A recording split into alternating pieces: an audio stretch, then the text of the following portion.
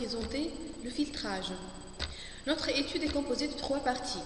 La première partie est la définition, la deuxième c'est les différents types de filtrage et on termine par les caractéristiques de filtre.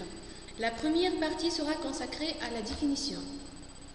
Donc Nadé, vous pouvez nous expliquer c'est quoi un filtrage?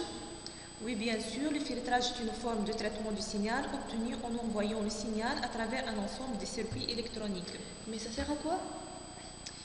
Il modifie son spectre de fréquence et donc sa forme. Il peut modifier aussi sa phase et donc sa forme. Il extrait une partie de l'information liée à ce signal. Il élimine et affaiblit des fréquences parasites indésirables et isole dans un signal complexe là où les bandes de fréquences utiles. Bien.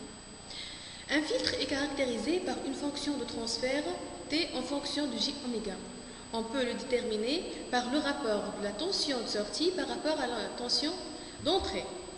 Pratiquement, un filtre est caractérisé par 2 courbes de réponse, amplitude par rapport à fréquence et phase par rapport à fréquence.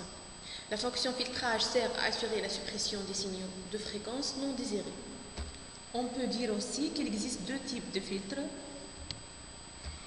Le filtre actif et le filtre passif.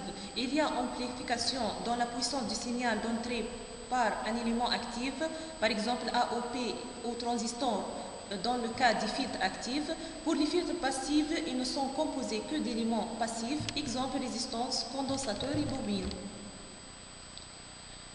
On peut tirer quelques exemples.